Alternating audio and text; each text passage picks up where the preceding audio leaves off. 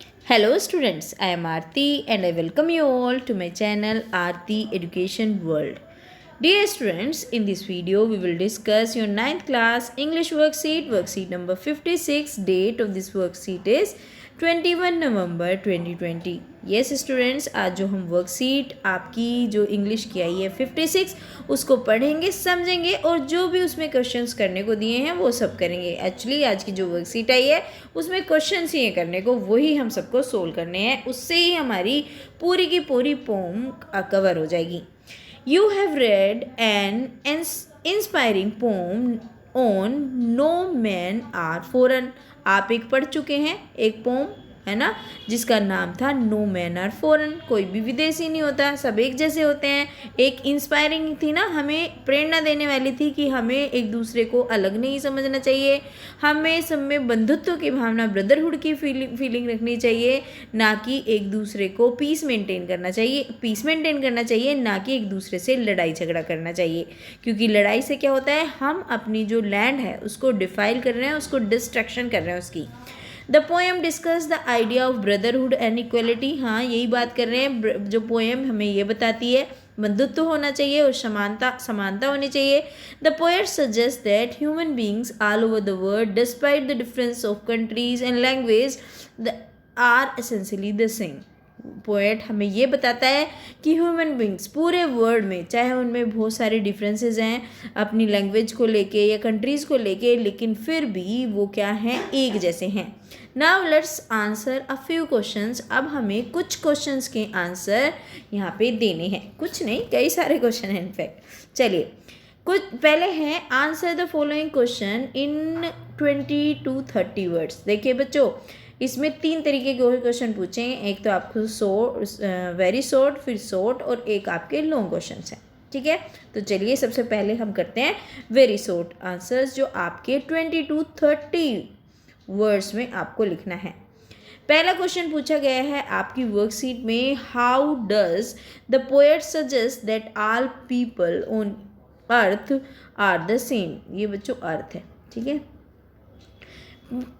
जो पोएट है वो कैसे कहता है कि पूरी जो पृथ्वी पर लोग समान हैं। The poet suggest that all people on earth are same because he thinks all people are uniform because all breathe the same air and drink same water.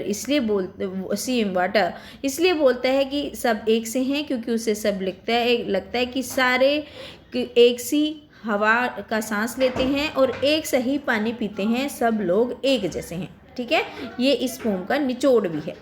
चलिए सेकंड क्वेश्चन पूछा गया है आपकी वर्कशीट में, do you think the hatred amongst human being is justify why. क्या आप justify कर सकते हैं जो एक दूसरे के बीच जो नफरत की भावना है, इसको जस्टिफाई किया जा सकता है? No, it can not be justify. इसे हम जस्टिफाई नहीं कर सकते because we have same human trade, so we all are like brothers and sister. क्योंकि हम में ह्यूमन ट्रेड्स तो एक जैसे ही हैं, इंसान है तो एक जैसे इमोशंस होंगे, फील होंगे, सारी चीज़ें एक जैसी होंगी, तो हम क्या है, एक ब्रदर और सिस्टर्स की तरह हैं। थर्ड क्वेश्चन पूछा गया है आपकी वर्कशीट में, how according to the poet do we defile the human earth. कि हम कैसे ह्यूमन अर्थ को कैसे डिफाइल कर रहे हैं, मतलब उसको ख़राब कर रहे हैं, उसको डिस्ट्रॉय कर रहे हैं। तो कैसे बोलता है, the poet thinks the air has been lost due to several developmental activities. Poet ये सोचता है कि जो हवा है वो हमारी ख़राब हो रही है, किस वजह से, जो बहुत सारी विकास के कार्य हो रहे हैं डन बाय ह्यूमंस। और कौन कर रहा है उसे? इंसान कर रहा है। That have polluted air and has made it impure, जिससे उसने हवा को ख़राब कर दिया है और इसको कैसे बना दिया? अशुद्ध बना दिया। ठीक है, चलिए come to the fourth question. Fourth question is, what is the universal message the poem trying, poem नहीं है ये dear student, this is poet. What is the universal message the poet trying to convey. कौन सा ऐसा message देना चाहता है पूरे विश्व को पोएट इस पोम के थ्रू? तो देखते हैं। The poet convey a deep message from the poem no man are foreign. एक बड़ा ही गहरा मैसेज देना चाहते हैं जो हमारे पोएट हैं इस पोम के through. No man are foreign, कोई भी इंसान फॉरेन नहीं होता, विदेशी नहीं होता। He conveys the message of universal brotherhood, वो बताना चाहते हैं जो विश्व बंधुत्व के बारे में। ऑल आर अलाइक, हम सब एक जैसे हैं, and are sons of the same God, और हम एक ही ईश्वर की सब संतानें हैं। तो हम लोग को भाईचारे से रहना चाहिए, ये मैसेज देना चाहते हैं। चलिए अब हमारा नेक्स्ट जो टास्क है उसमें हमें करना है थोड़े से बड़े आंसर। अभी तो हमने करा 20-30 वर्ड्स में, अब हमें जो आंसर करने होंगे अपने क्वेश्चंस के वो करने होंगे 30 to 40 वर्ड्स में। ठीक है, first question which is asked in your worksheet, the poet suggest 5 ways in which all human beings are alike।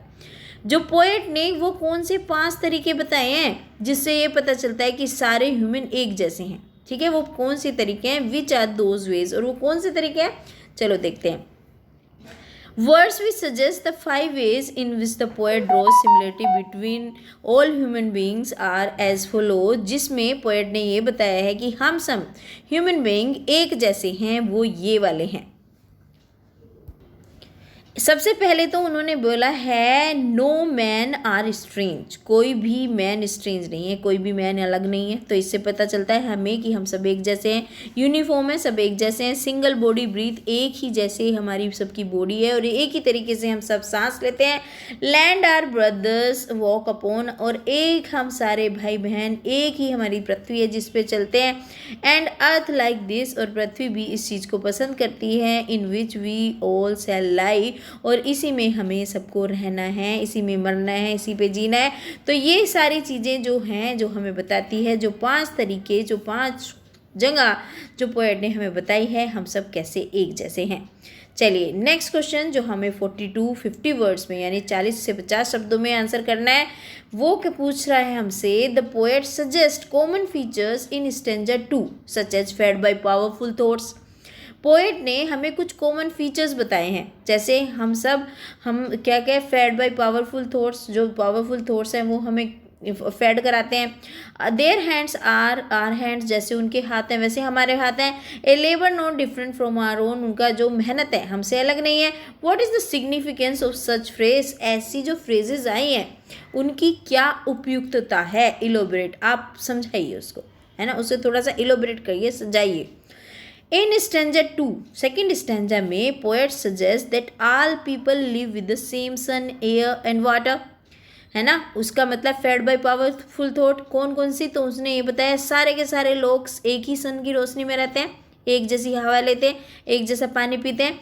Their hands are hands, और उन्होंने ये भी बोला है कि वो भी ऐसे ही हार्ड वर्किंग, जो उनके हैंड्स भी ऐसे ही हैं जैसे हमारे हैं। Labour not different from our own, और उनका जो हार्ड वर्क है वो भी हमारी तरीके से है, जैसे हम हार्ड वर्क करते हैं वो भी करते हैं। और उन्होंने ये भी बोला है they have the same lines as we have in our hands, उनके हाथों में भी इसी तरीके की रेखाएं हैं जैसे हमारे हाथों में रेखाएं हैं, है ना।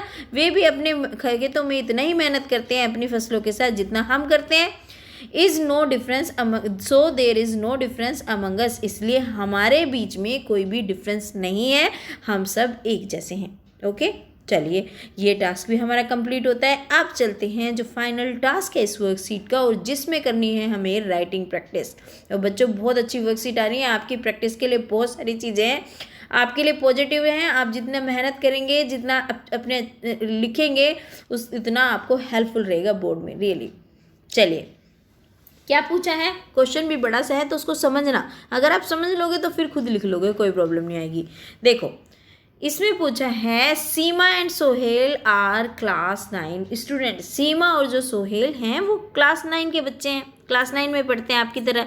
दे study at the Delhi government school, और दिल्ली गवर्नमेंट स्कूल में पढ़ते हैं। Recently they go to travel to Russia on a scholarship offered for an exchange programme, और हाल ही में वो रसिया गए, यानी कि रूस जो कंट्री है, रूस का नाम सुना होगा आपने, रसिया गए, एक स्कॉलरशिप उन्हें मिली थी एक्सचेंज प्रोग्राम से। They visited different Russian schools, वे अलग अलग रशियन के स्कूल में गए।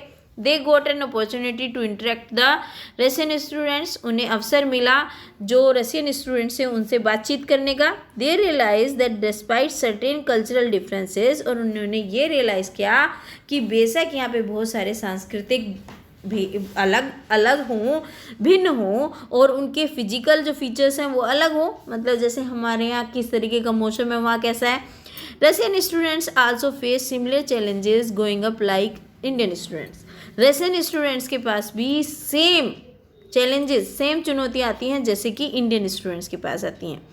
Now let's write a description on how students from different regions from the world might be different or similar to us। अब चलिए एक डिस्क्रिप्शन लिखना है कैसे बच्चे डिफरेंट रीजन में अलग होते हैं, एक जैसे होते हैं। We may focus on physical features, aim of aspirants, feelings, emotion और टेस्ट। हम इन सब चीज़ों को दिखा सकते हैं उसमें, जो उनके एम्स होते हैं, उनकी फीलिंग्स होती हैं, उनके इमोशन होते हैं, उनके टेस्ट आता है। तो बच्चों इसका क्वेश्चन आप इस क्वेश्चन का आंसर आप इस तरीके से लिखेंगे। ईच कंट्री में have its unique traits, behaviour and attitude. Each country के अलग ट्रेड हो सकते हैं, है ना, बिहेवियर हो सकता है, अलग एटीट्यूड हो सकता है, but despite certain cultural differences and differences in their physical features student face similar challenges. लेकिन इतने सारे जो उनके सांस्कृतिक अलग होने के बावजूद, उनके फिजिकल फीचर्स अलग होने के बावजूद वो बहुत सारे एक जैसे चुनौतियाँ आती हैं going apply in Indian students, जैसे कि इंडियन स्टूडेंट्स के सामने आती हैं। All students no matter from which country they belong, सारे बच्चे, ये फ़र्क नहीं पड़ता कि किस कंट्री से वो बिलोंग करते हैं, और इन विच स्कूल दे रेड, और किस स्कूल में वो दे स्टडी भी लिख सकते हैं आप, इसमें दे स्टडी लिख लीजिए या दे रेड, किस स्कूल में वो पढ़ते हैं। आप स्टडी करिए बच्चों, it will be much better, है ना, ये क्योंकि अप्रोप्रिएट वर्ड भी सही जरूरी है लगाना, STUDY, स्टडी कर लीजिए यहाँ पे। दे हैव सेम एम, उनके सेम उद्देश्य होते हैं, सेम फीलिंग्स होती हैं, सेम इमोशन होते हैं, लाइक अदर स्टूडेंट्स, जैसे दूसरे स्टूडेंट्स होते हैं। In fact each student of any country have to do hard work to reach his destination, और सच में हर एक बच्चे को अपनी मंजिल तक पहुंचने के लिए मेहनत करनी ही पड़ती है, कठिन परिश्रम करना ही पड़ता है। Like aspirants who are preparing for exams, और आप इस तरीके से समझिए, जैसे एस्पिरेंट्स होते हैं जो अपने एग्ज़ाम के लिए प्रिपेयर कर रहे हैं, they feel nervous, way nervous feel करते हैं। अब वो चाहे वो रसिया के हों, चाहे वो दिल्ली के हैं, चाहे अमेरिका के हों, चाहे सिंगापुर के हों, वो कहीं भी हैं, वो सब नर्वस होते हैं जब उन्हें एग्ज़ाम के लिए प्रिपेयर करते हैं। After examination they feel relaxed, और जब एग्जाम हो जाता है तो वो रिलैक्स फील करते हैं। And at the time of the result all student have same excitement and nervousness, और जब रिजल्ट आता है तो सारे बच्चों का सेम एक्साइटमेंट होता है, सेम नर्वसनेस होती है, लाइक अनदर स्टूडेंट, जैसे दूसरे बच्चों का होता है। No matter wherever they are, ये इससे कोई फ़र्क नहीं पड़ता कि वो कहाँ पे है। तो ठीक है बच्चों, तो ये हो गया आपकी लास्ट क्वेश्चन का आंसर। होपफुली वीडियो आपके लिए बहुत हेल्पफुल रही होगी। और बच्चों, अगर आपको मेरी वीडियो से हेल्प मिलती है और अगर आप चाहते हैं कि मैं आपके लिए वीडियो बनाती रहूं, तो आपको वीडियो को लाइक करना है और चैनल को सब्सक्राइब करे हुए बिल्कुल भी नहीं जाना है, with notification bell, so that आपको वीडियो का नोटिफिकेशन सबसे पहले मिले। और एंड स्टूडेंट्स, अपने सारे दोस्तों को शेयर भी करना, and never forget to drop a lovely comment. Okay students, thank you.